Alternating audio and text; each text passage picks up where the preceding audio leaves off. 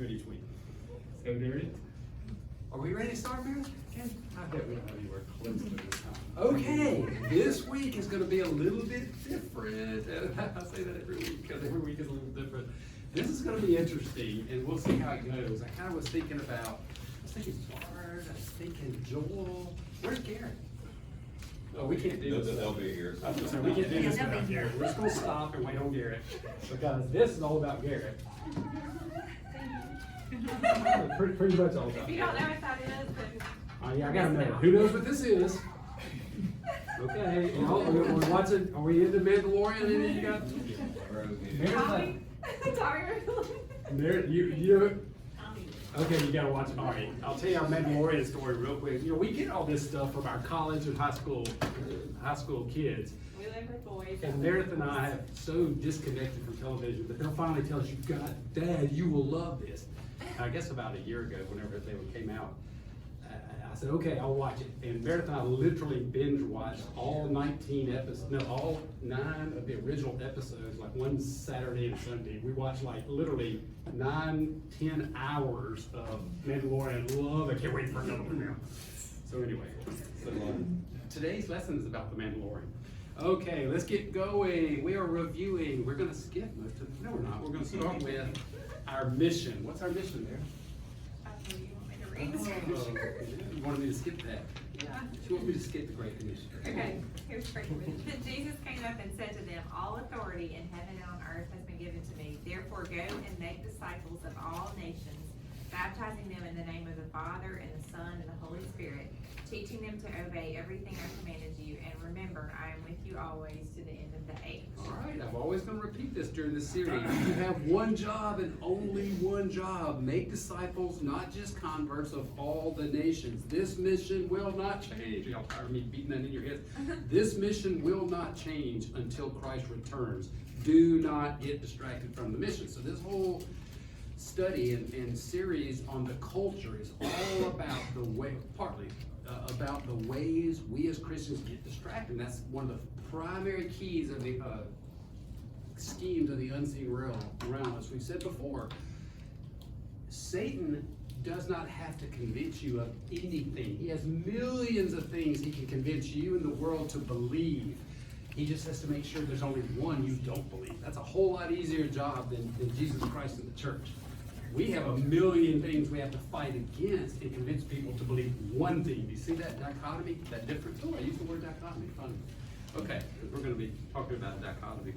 So, we're going to skip the review except for the last week we were together, week 5. We identified the corruption of the imager 2 weeks ago. We discussed various human self-destruction such as eating disorders, drug abuse, and suicide, and saw that substitute morality brings destruction and death. And we compared substitute morality with the truth of the scripture.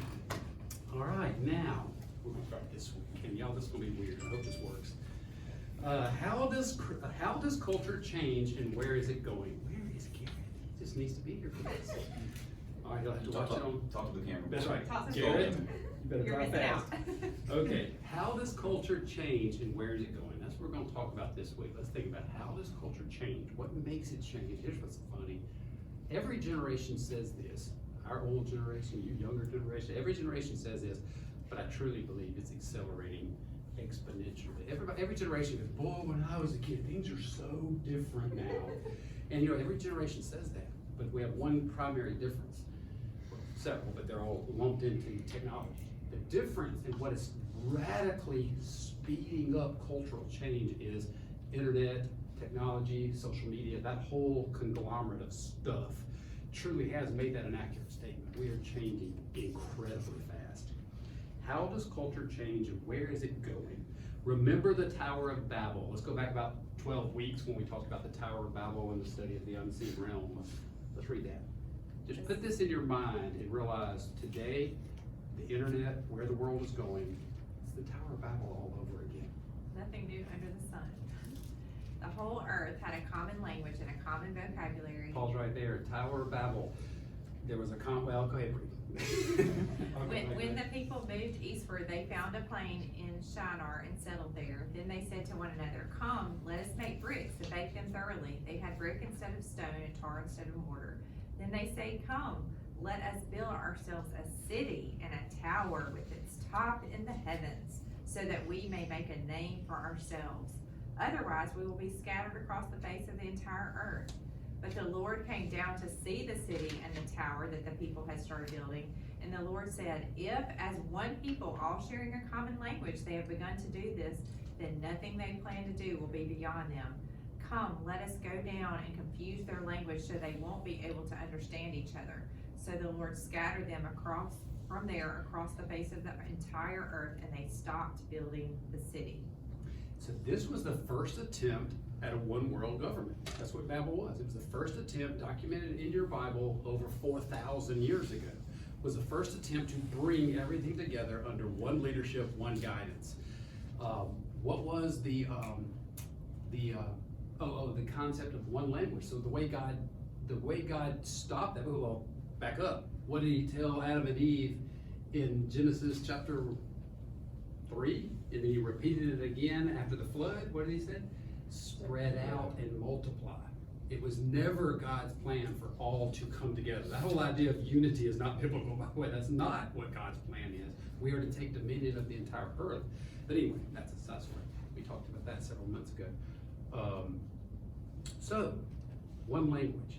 For the first time in human history since the Tower of Babel, we have one language again. That's what the internet is. It's amazing when you realize that's why we're headed back to the Tower of Babel. We are forming one language, one form, one united population with a common language just like Babel. And the common language now is your computer set, your ability to communicate anyone instantaneous in the world with automatic translations, doesn't matter what language you speak or anybody else's. The world has finally erased God's judgment from the Tower of Babel. Isn't that interesting? Just a neat way of thinking about that. It's a new Tower of Babel manifesting itself differently. You know, Joel, to that, people don't get out and see people anymore. We don't get out. We're closed in, isolated. And so we're not doing exactly what you just, says. We're not getting out and He told us to go and spread the gospel. So That's the right. whole concept of salt and light. Yeah. How are you going to be salt and light in a culture if you don't engage it? That's Yeah. right. That's You right. can't. All right. Okay, so here's the Tower of Babel. Put your Old Testament mindset on for a second. What was at the high places where pagans worshiped their gods? Think about this. All through the Old Testament, when new kings would arise, whether it was Solomon or new kings in the Old Testament of Israel, or even if it was in the New Testament, they would be commanded by God to tear down the high places. What was that? The high places where pagans built their temples of worship, or their phallic symbols and things like that. Those were located at the high places. And the children of Israel in God's images were told never build on the high place. Do you know that the Temple Mount is not even the largest mountain in Jerusalem? So God chose his temple to be placed on not the high place. There were multiple higher places in Jerusalem than the Temple Mount. Why did God choose that place? Because he chose that place, as opposed to the high places that the pagans were worshiping in the time of Moses and so on in the Old Testament. But anyway, that's what the high places are. That's why they built the Tower of Babel. It was on a plain, so they built a gigantic ziggurat tower to create a high place. That's what it was. Okay, now now we're going to start shifting things. Where is the highest city in Europe? Don't look at your notes. Does anybody know? Does anybody know the highest? No, how would you know this? Because we just stumbled across it. Oh, that's weird. The highest city in Europe is Davos, Switzerland. Interesting. It's just interesting. It's the highest place, and that's why we threw in the Tower of Babel and this concept that pagan worship takes place at. If you know anything about the occult, which at some point we'll probably hit some of this, is that's what the occult does now. Current occultists and various things like that, they go to high places. You'll find them on mountains. I remember back when during the election, they had this whole witch group that was called together somewhere in the United States, and they were praying against President Trump. Y'all remember hearing that stuff? Well, they all gathered on the top of a mountain. Well, that's the whole point in all that, is you're able to reach the gods. Gosh, I've got so many little things in my head that aren't in the note. That's what we talked about many times over the last several months about idols. We have this modern concept that idols are just wooden things. These dumb old ancient people were stupid, worship idols. No, they took the idols to their high places, created sexual and other rituals to call down foreign deities to occupy the idols. The idols were a physical location for the unseen realm to occupy. They were not worshiping pieces of wood. They were worshiping other gods who occupied those idols. So it's a different concept. They weren't morons back then, and boy, aren't we so much smarter now. The truth is, we don't understand the reality of that type of spiritual warfare. But anyway, gosh, there's so much running around in my head. Okay, we gotta get going. Where is the high place? It's Davos, Switzerland. It is at the highest city in Europe where the world's elite have planned the new Tower of Babel at the 50th meeting, a jubilee, which I cannot get off on right now, the 50th meeting of the World Economic Forum. Here is their plan. This is from... Go on it. I What? can't believe that. Wait, what'd you say? Oh, about jubilee? Yes. Oh, no, I'm not gonna do that right now. Okay. The pandemic has radically changed the world as Oh, we... by the way, this is their, this is not propaganda from a conservative or anything. This is off of their website. This is their propaganda. About a Has 4-minute anybody video. heard of the World Economic Forum? Let's just start there. See, all the older folks in the room, all young, y'all gotta get caught up. Come on. Okay, so this is the World Economic Forum. It's a extra governmental entity, and they have a plan for our world. And this is their plan. And the name of it is, what is the Great Reset? Yeah, how many of you have heard the Great Reset? You're hearing stuff like that pop all the time. Well, that wasn't a mistake. That was a book written by Klaus Schwab, who is the head. He is the founder and head, has run it for 50 years, and this is the 50th anniversary of the World Economic Forum. He wrote that book 4 to 5 months after the breakout of the coronavirus, which is what it's about. And it's about using the coronavirus as the Great Reset. And then you have all these world leaders across the world using that phrase, from all the way from Biden to all across Europe, Canada, all across Europe. The Great Reset, the Great, you hear it constantly repeated in the capitals of the world. It came from him. And by the way, we have 2 handouts we're not gonna go over that we passed out. One is about the World Economic Forum, and one is about specifically, Klaus Schwab. Klaus Schwab. So it's just And if the you want more actions we take information. today as we work to recover will define our generation. Now it's the time to think what history will say about this crisis. 2020 has been challenging on a lot of levels, as economic, environmental and societal frailties have been laid bare. But it's also proved that when we need to, we can act rapidly and restructure our lives.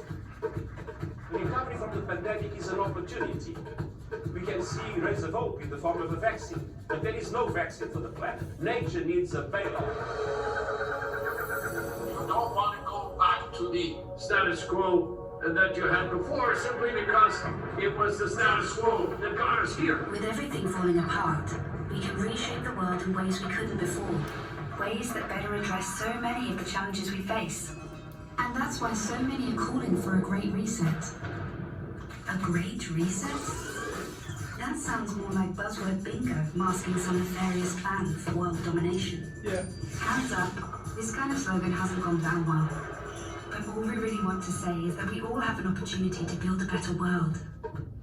And it's not surprising that people who've been disenfranchised by a broken system and pushed even further by the pandemic will suspect global leaders of conspiracy. But the world's not that simple. Every one of us has differing priorities, values, and ideas. That's part of why solutions are so hard to come by, and why we all need to be involved in the decision making. Because whether it's politicians, CEOs, academics, activists, or you, we're all about getting people together, even those you may not like, to sit down at the table and develop solutions that work for all of us. But We need enormous trust between the private sector and the public sector for this to actually work. That trust is hard to come by. it's time for people to work together, listen to each other, and build this trust, so we can move towards a better world. And we really need one. Because while the pandemic affects us all, it's clear it affects some more than others. The first people who are hit are the people at the front, those who are vulnerable.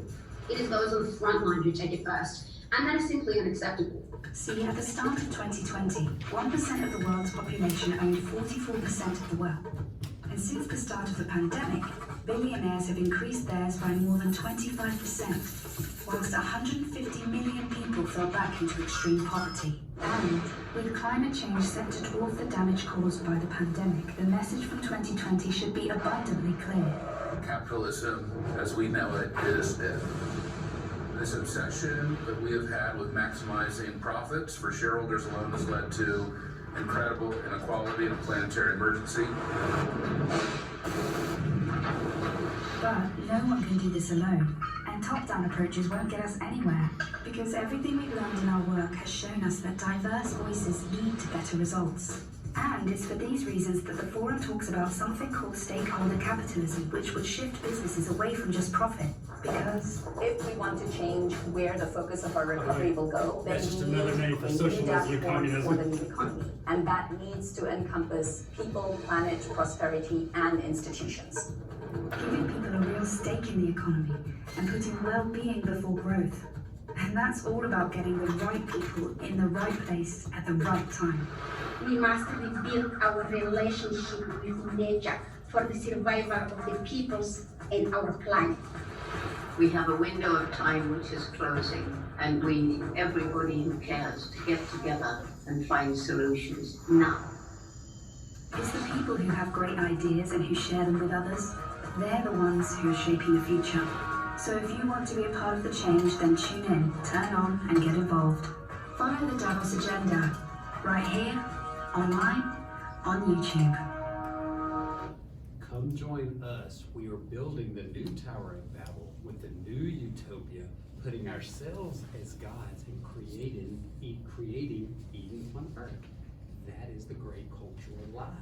And it is being dictated, you are being inundated, this generation. All this stuff, none of this stuff is disconnected. There's a reason why the current under 30, only X number of percent now identify as Christians.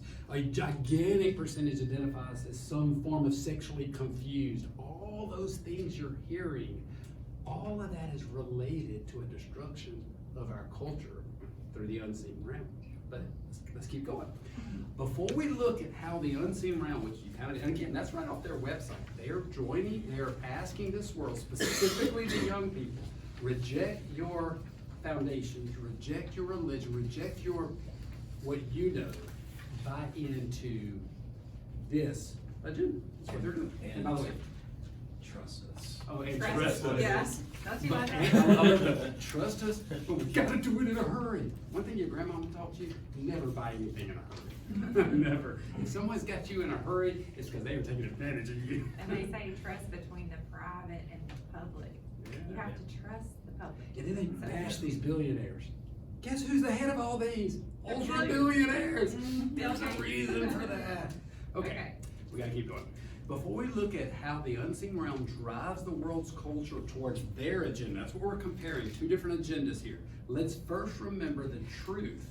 So we're gonna hit the truth for a minute. This is Isaiah 55, 5 through 9. Just listen to what God tells Isaiah.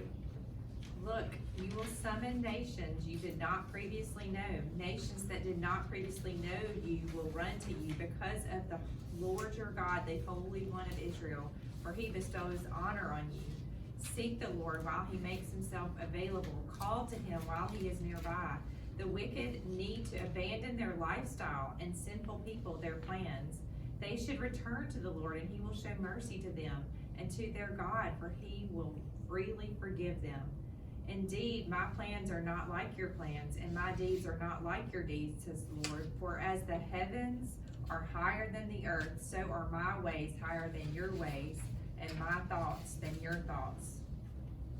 And God ultimately wins. All right. So the first thing that God is saying is his ways and his thoughts are not the thoughts of yours, humanities, or the world. So the first thing as an image of Christ you have to realize is the thoughts, the ideas, the utopia, everything that our culture is talking about are counterintuitive to God himself. For as the heavens are higher than the earth, so are my ways higher than your ways, and my thoughts than yours. So that's the first, that's just a global thing right now. But just put that in your mind. Remember that when you go, wow, that sure does sound interesting. That sounds pretty good. Nobody should be starving. Understand that the first thing to realize is that you're using a human brain, and the question is, how does God see this world? And ultimately, God wins. Now, I'm going to briefly do this, because I want to get to this video. But we're going to talk about the method that is being used. In that 4-minute video from the World Economic Forum, you saw it all through there, but you didn't realize what it was. You saw climate change being used this way. You see sexual identity climate change. You see rich versus the poor. Yeah. What are they setting up in every one of these? They're setting up dialectics, Hegelian dialectics. What is a Hegelian? Anybody who's had logic or sociology, they're teaching maybe some of that, you get these logic classes, well, you'll study Hegel, Hegelian dialectic. And what that is, it's creating a dialectic, meaning two opposing ideas deliberately put out there to fight against each other. The average person looks at it and go, Republican, Democrat. Well, I'm more like a Democrat. So they run over here and they fight the Republicans. And then you run over here and go, I'm more of a conservative. And you fight the Democrats. And so that's a dialectic. You're creating, and guess what? There's an unseen or a separate who says, I'm taking the entire population to this point. The way I do it is creating two groups fighting against each other, and you create a synthesis when it's all said and done. And that synthesis is slid down. Why do you tell yourself, as Christians, we elect good guys here, we go to church, we do all this stuff, but over our entire life, the world is always sliding towards destruction? Because it is. It's this dialectic. So let's talk about it. The unseen realm uses the Hegelian dialectic. It's a method of argument developed by the 19th century German philosopher Hegel. It is a process where the contradiction between the thesis and antithesis, which are two opposing views, resolves to a higher level of truth called the synthesis, the new way. Okay, so you got these 3 steps. People say, where am I? Also known as the problem, reaction, solution. If you just think of those 3 simple steps, everything, oh my gosh, this is all about you. You better get in here. This is all, we're talking about the Hegelian dialectic. We're talking about Klaus Schwab. You're gonna have to catch up. We'll get you. Yeah, this is all about you. Okay, so let's see. Also known as the problem, reaction, solution. When manipulating this method, a person or group of people are swayed to choose a desired outcome. There's always a desired outcome in the Hegelian dialectic, or creating two opposing ideas to fight. The real agenda is to push you to a desired outcome. They really couldn't care less who wins the fight. That's not the point. All right. This formulaic trick moves groups of people and creates the major changes we see in our culture and our society today. Here's an example. I remember years ago, y'all remember this, you older folks in the room? You remember when SARS first broke out? I don't even know how many years ago, it's been 5, 10 years ago now. And I remember they would show these clips on the news of the Japanese. And you know what they were always doing? They would show like their underground subways and walking the streets, and they were full of masks. And I remember thinking, that is the most ridiculous thing in the world. In a free America, we would never do that. I remember literally thinking how odd that is. Those Japanese people are so weak. I remember thinking they were so scared. Lord have mercy, as life changed. That's the Hegelian dialectic. It's putting forth a thesis, putting forth a problem, a solution, opposing the ideas, and pulling. So the issue is not whether you should wear a mask or not. The issue is freedom. And other issues. And this culture is sliding in a certain direction. That's how the Hegelian dialectic is used. And that's just one example. We give you hundreds. You never go back to the original normal. That's the point. You never go back. That's why when you look back at your life, you always think, why are we always, no matter who we elect, we're always sliding in the same direction. That's why. You never go back to the original normal. Okay, so when they're telling you now, if we can just finish up this vaccine, we're going to go back to how things were. No, folks, anybody still believe that? You never go back to how it was before there was a coronavirus. Which is also a pattern of the lie that Satan has done, because if you know in our life as a believer, we're not ever supposed to go back to the normal that we were as sinners. Good point. We're supposed to be changing and becoming more like Christ. It's just another pattern of a lie that we want to believe. We don't want to be what we know we are.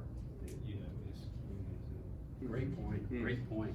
So you never go back. Now we're going to go to JP Sears. Does anybody watch Awaken with JP? Anybody in the room? See, we are so much more trendy than young people. I know who he is. You know me, all right. This is JP's so Will Travel's dad. This our son introduces this one too, and I watch him every single video now. Now he's not. I say he's not. No, he probably would. He probably would identify as a Christian. We don't know. He probably is a Christian. But the video. This isn't a Christian video by any means. He's a comedian who is just shocked at how the world is, and he uses satire. He pretends basically like he's an interviewer or a news guy, but he's a comedian, and he uses comedy and satire to point out all the things that he's just seeing in culture.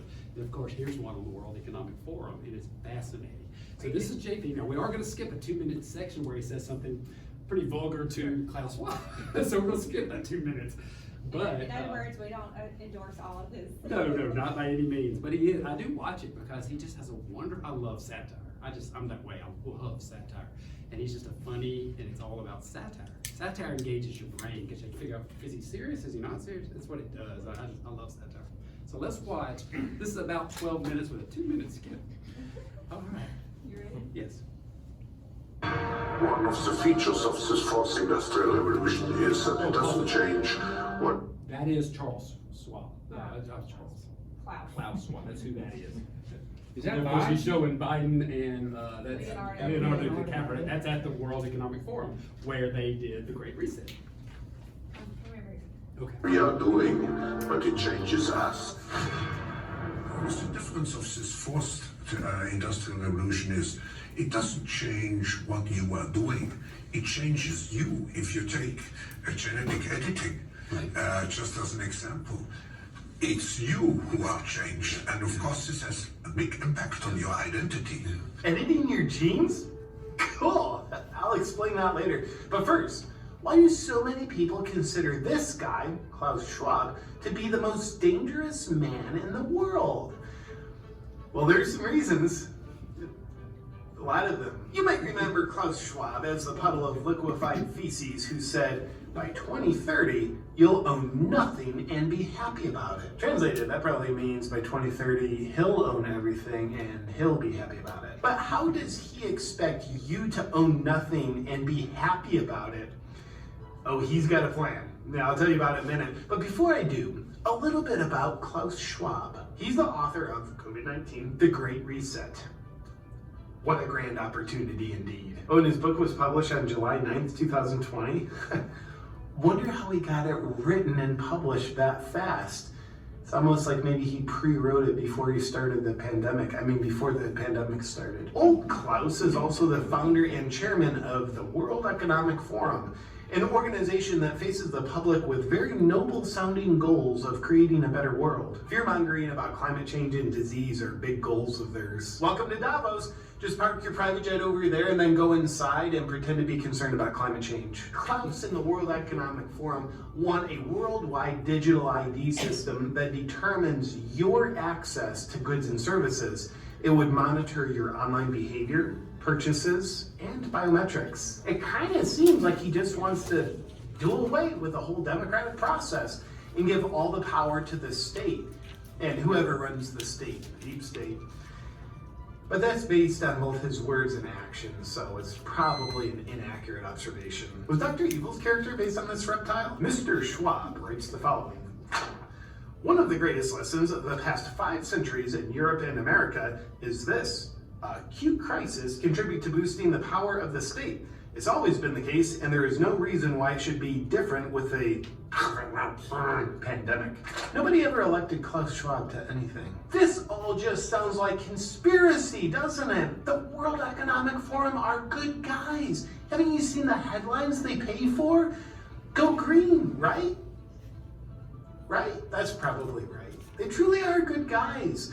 Accordingly, you'll be excited to hear that the lineup of World Economic Forum speakers at their annual gathering of elites in Davos included such benevolent humanitarians like Xi Jinping, the leader of the Chinese Communist Party, who's currently committing genocide, Anthony Fauci, who's arguably currently involved in crimes against humanity, and Bill Gates, who's arguably currently involved in crimes against humanity, and Australian Prime Minister Scott Morrison, who's arguably currently involved in crimes against humanity. What a great lineup! But my favorite Economic Forum speaker of all time is this reptile, Klaus Schwab's top advisor, Dr. Yuval Noah Harari.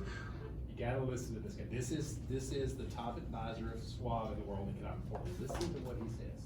And not coincidentally that he's a Jewish descent guy from Israel.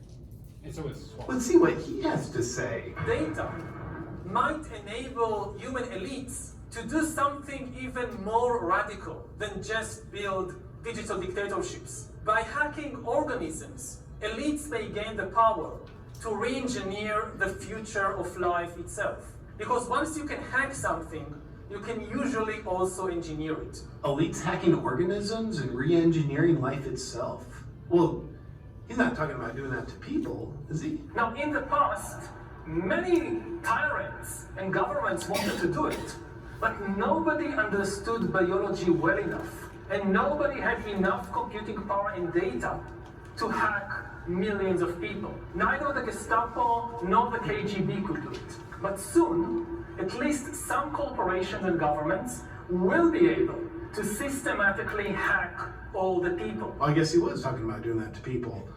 All people, to be specific. And if indeed we succeed in hacking and engineering life, this will be not just the greatest revolution in the history of humanity. This will be the greatest revolution in biology since the very beginning of life, 4 billion years ago. For 4 billion years, nothing fundamental changed. Not playing God, are you? Because that usually works out super well. Science is replacing evolution by natural selection with evolution by intelligent design. Not the intelligent design of some god above the clouds. Oh, you are playing God. Say more. Evolution by natural selection with evolution by intelligent design. Not the intelligent design of some god above the clouds, but our intelligent design and the intelligent design of our clouds. The IBM cloud, the Microsoft cloud, these are the new driving forces of evolution. Gosh, you wouldn't by chance have a plan in place on how to control people with your cloud technology, would you? And that plan isn't by chance already being implemented, is it? Today, we have the technology to hack human beings on a massive scale. Oh, so you could implement it. In this time of crisis, you have to follow science. It's often said that you should never allow a good crisis to go to waste. Sounds familiar, and I guess you are implementing it already. Didn't anyone bother telling this guy not to say any of this out loud on camera? It's a lot of evidence. Surveillance. People could look back in 100 years and identify the coronavirus epidemic as the moment when a new regime of surveillance took over, especially surveillance under the skin. My brain, my body, my life, does it belong to me, or to some corporation, or to the government, or perhaps to the human collective? This guy's revealing the whole plan. He's gonna ruin it. The World Economic Forum, out for the good of humanity. You'll own nothing, not even your own DNA, if we have our way. Now for some additional fun facts about Klaus Schwab and the World Economic Forum. They've got a Young Leaders Program, which is a 5-year indoctrination program into their principles. The goal of the program is to create world leaders who don't answer to their people because they don't care about them. They answer to their bosses at the World Economic Forum. Graduates of the program include admirable world leaders that are suspiciously in lockstep with the Great Reset, such as Justin Trudeau, Francis Macron, and Mark Zuckerberg. Sponsoring partners of the World Economic Forum's Young Global Leaders program have been the Bill and Melinda Gates Foundation and Google. I wonder why Google censors and shapes information to be in exact support of the World Economic Forum's narrative.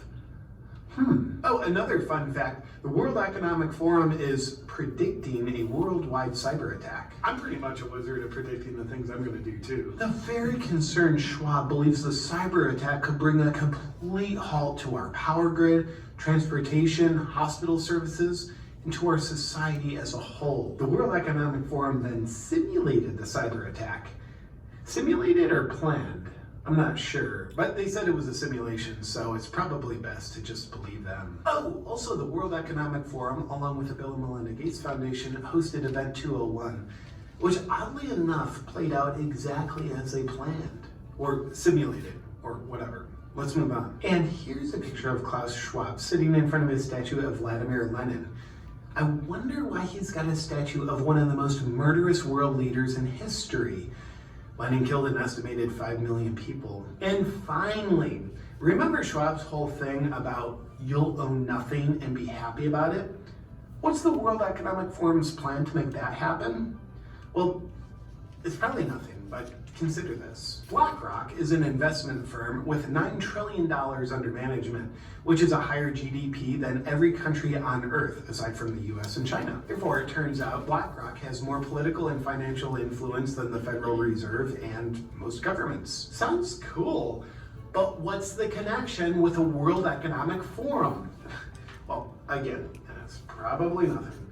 But BlackRock CEO, Larry Fink, is also just a board member of the World Economic Forum. Well, that's super convenient.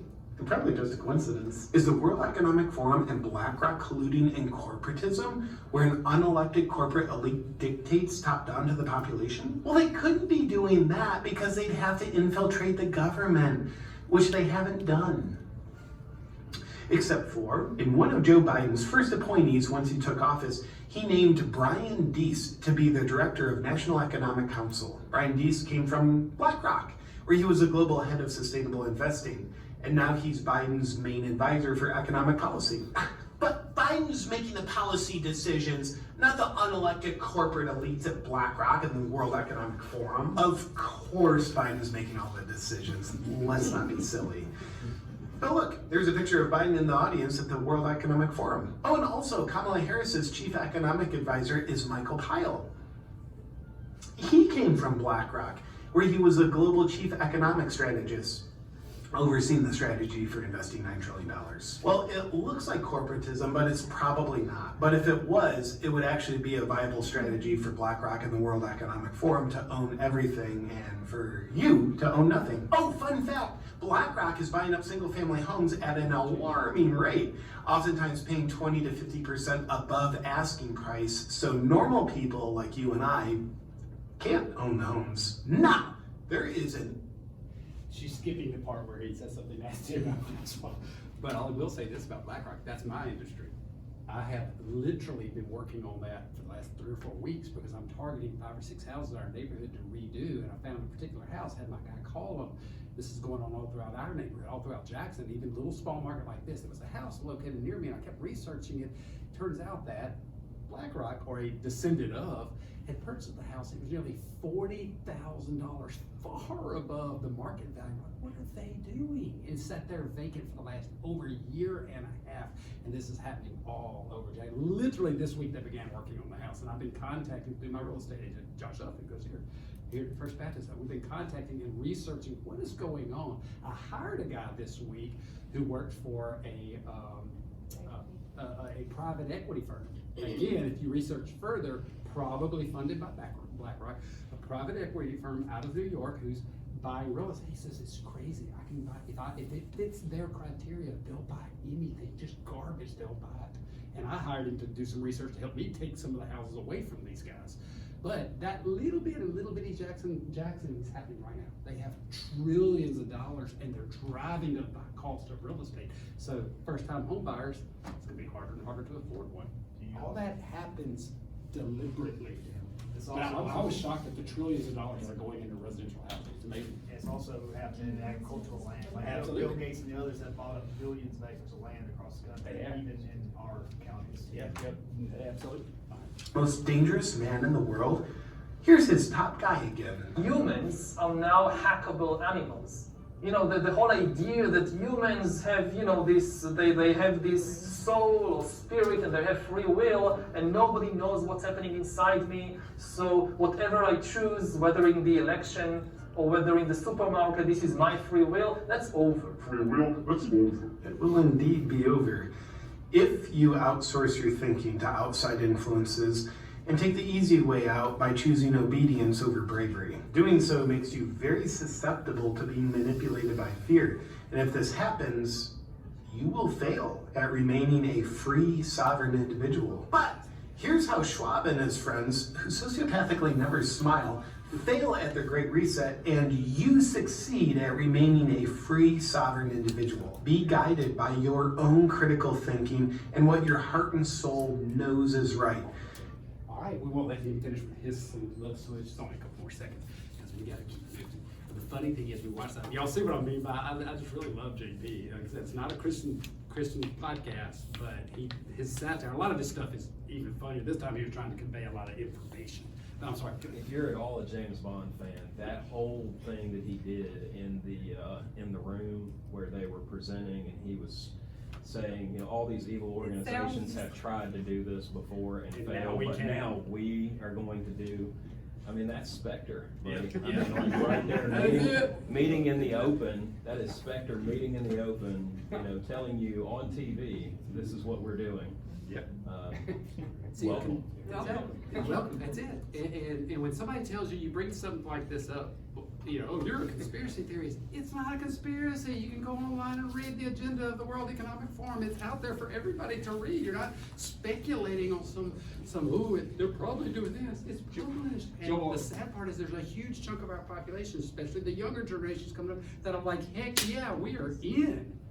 I was just gonna say, you know, to all this, and this is what Eddie was saying too, you know, now we're being told we should be happy that we're having to pay $5 gas.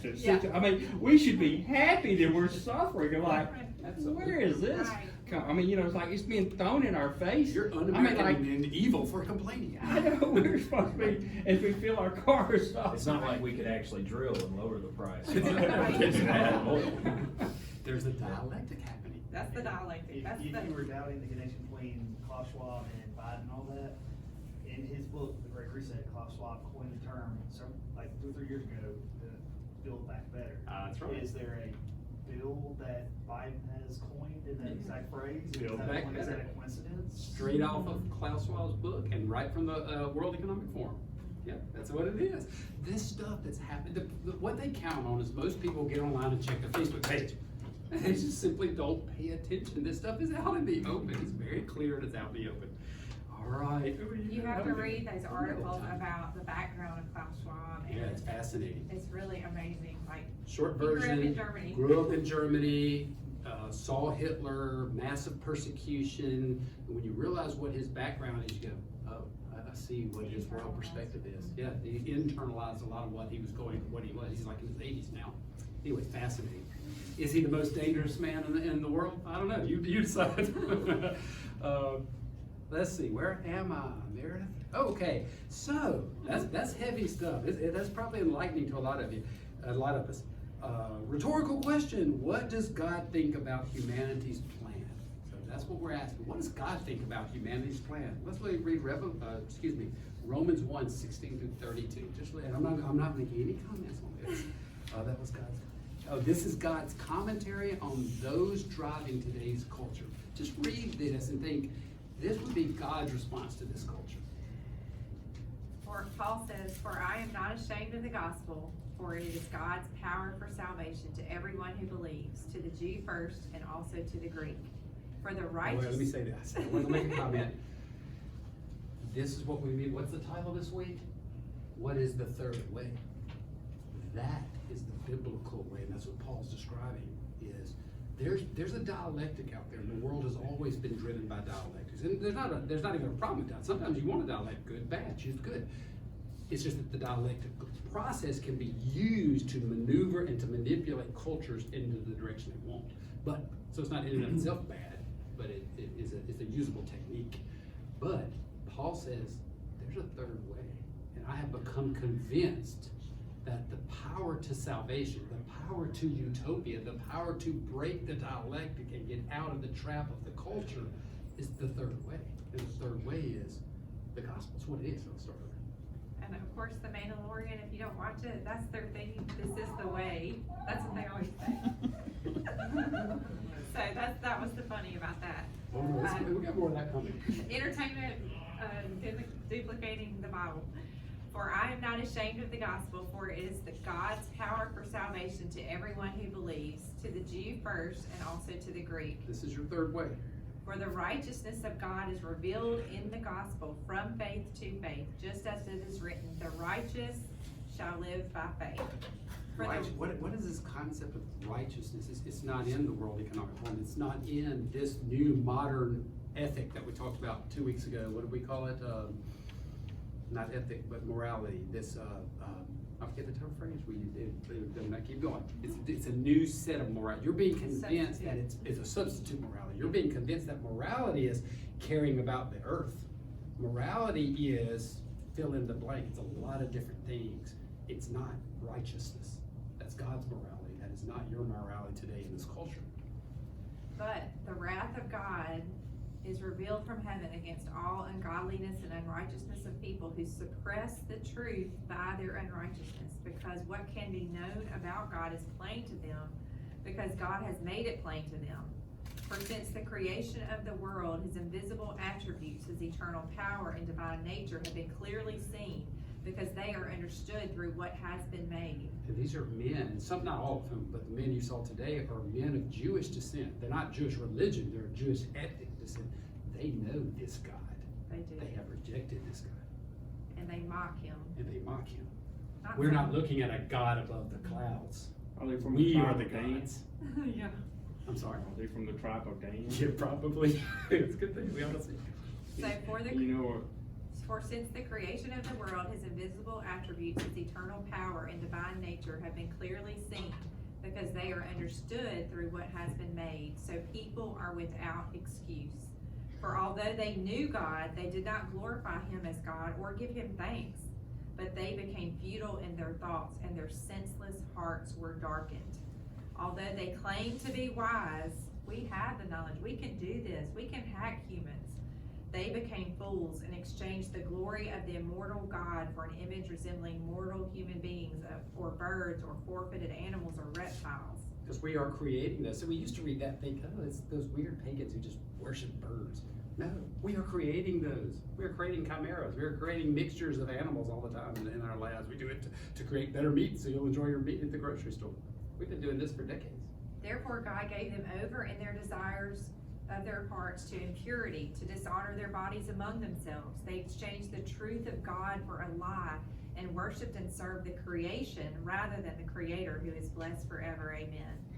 For this reason God gave them over to dishonorable passions, for their women exchanged the natural sexual relations for unnatural ones, and likewise the men also abandoned natural relations with women and were inflamed in their passions for one another. There's your sexual identity crisis. Men committed shameless acts with men and received in themselves the due penalty for their error. And just as they did not see fit to acknowledge God, God gave them over to a depraved mind to do what should not be done. They are filled with every kind of unrighteousness, wickedness, covetousness, malice. They are rife with envy, murder, strife, deceit, hostility. They are gossips, slanderers, haters of God, insolent, arrogant, boastful, contrivers of all sorts of evil, disobedient to parents, senseless, covenant breakers, heartless, ruthless. Although they fully know God's righteous decree that those who practice such things deserve to die, they not only do them, but also approve of those who practice them. Wow. That is the way a biblical Christian sees a culture that is decaying. You don't join it and grab Davos, Switzerland, and I'm in. You say, there is a third way. And there is a creator who will return to this earth and will establish a kingdom. And that third way will be established. But until then, how many jobs do you have? You have one job and one job only. That is your mission. And you fulfill that job until the third way is made manifest, and there is no other way. Isn't that's what the gospel is? That gives me chills. Is that powerful? You tackle that job one day at a time, too. One day, you one get lost person. into this. This is already a part of God's narrative. Yes. It's just being revealed to us. Yes. And it looks scary and it looks intimidating because we're experiencing it in a chronological fashion. Right. But God experiences time as a point on a page. He's just as much in the past as he is in the present. He's outside of time. It's a creation for us to enjoy the aspect of it. But he exists outside of time. He's already seen all of this. And he's already seen how it bridges into Revelation. That's right. And he's already seen Revelation. and he's already seen what's past that. And this does all come to pass. It's That's why not, you're it's not commanded forever. that you are not to fear. That's right. That's why he says you are not made weird. None of this is scary. It's exciting. You are a part of a great mission orchestrated and planned by God. Run your part. That is so cool. It gives you mission and purpose in your life. It is not to do the occupation you're doing. You do that because you got to pay your bills and you got to take care of your family and all that. And God can use that in his work. But your mission is beyond that. And it has nothing to do with fear because he's fully in control. That is awesome. Thank you for bringing that up. You know, to that point though, thinking about back to Mount Hermon when Jesus, in Matthew 16, when he was sitting there and the gates of hell will not prevail. It was an offensive attack for us to go out, and we're not to be like shrinking back with all this stuff. To Eddie's point, we're going, I mean, this is exciting. Go out and see how we attack the world as Christians, not sit back and let this stuff come to us. We Gives go you a very different view of what the church should look like, as opposed to kind of what the modern church has become. We're fearful of this, brother. We're just being, man, this is like, go attack it. That's what Jesus told it. You know, your life is also going to be saturated with people who are scared to death of looking at this stuff, and it's because they don't have hope in Christ. They have an identity within the political system that just is overbearingly encapsulates our culture, and they have a political identity as either conservative or liberal, and they see themselves in a war hoping that their side is eventually going to win. And not understanding that they're being directed to a predetermined they're in a outcome. spiritual war that's way bigger than their little war that they're in, and they have no idea and understanding, and they also have no peace. That's right. Because they see nothing but loss in the future, and they're right. I tell my dad is a political animal, unsaved, and I tell him, I'm like, I've already read the end of the book. This stuff's not shocking me. You can fall apart about this every single day.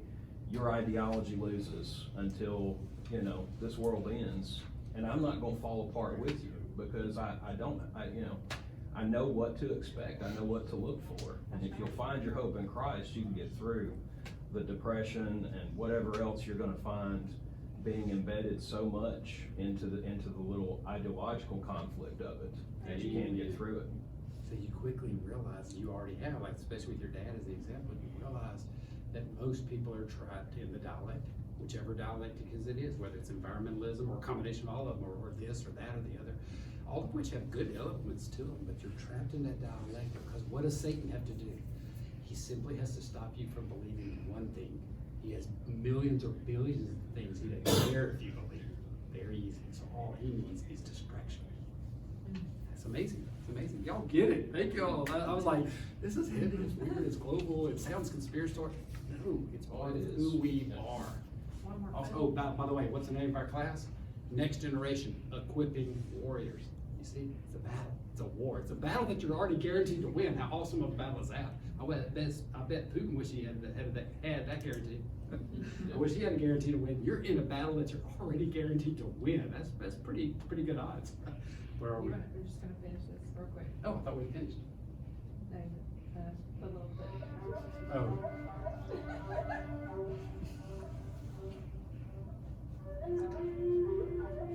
Oh, my phone had stopped. I thought we had to This is the way. This is the way. This is the way. This is the way. This is the way. This is the way. This is the way. This is the way. This is the way. This is the way. This is the way. This is the way. This is the way. I love that. You are left here not as a part of this world, but to be separate from it and to accomplish your one job, to make disciples, to make imagers. This is the way. You're supposed to play with the fast. Oh, and you always had this all worked out. You skipped it though. Oh, I skipped through the way. Did I skip something too far? Okay, this is the way. Oh yeah. Oh, you Mandalorian fans. You weren't here where? Oh, you haven't seen it. Oh, you gotta get I it. have seen it. Yeah, I know we where got you're the going. Mandalorian. But that's why we brought Baby Yoda. He's a character in the Mandalorian. All right, But y'all. what I wanted to say is, I thought you were telling me to skip to the end. Thomas said, Lord, we don't know the way where you're going. How can we know the way? And Jesus said, I am the way that's why I skipped. and the truth and the life. No one comes to the Father except through me. Yes, I forgot, I did skip that. That's what I wanted to See, what say. happened is, I I had am the this way. clock to keep me on, I kept looking down thinking, man, we have Never lots of started time. it. And about the 5th time I looked down, I thought, that's the same time I've seen it every time I look down, I'd stop the clock. I had no idea what time it was. So we have to cut. So we gotta go. So Jesus says, I am the way, the truth, and life. So what is the way? It's not the Mandalorian way. It's not even J.P. Sears' way. When he says, just trust in yourself and trust your heart. It's none of that. What it is the gospel. This is the way. Okay, we're done. Shall we pray out of here? Y'all, I hope this wasn't too crazy for y'all. Dear Lord, thank you so much. Thank you, thank you, thank you. We are called to be, as JP would put it, to awaken. We are called to be, we are the true woke. Christians should be woke. We should be awakened to the ultimate battle and to the ultimate plan. We are the most woke, and we should act that way. Father, give us power, give us hope and power and a lack of fear. May we do our one job. In Jesus' name I pray. Amen.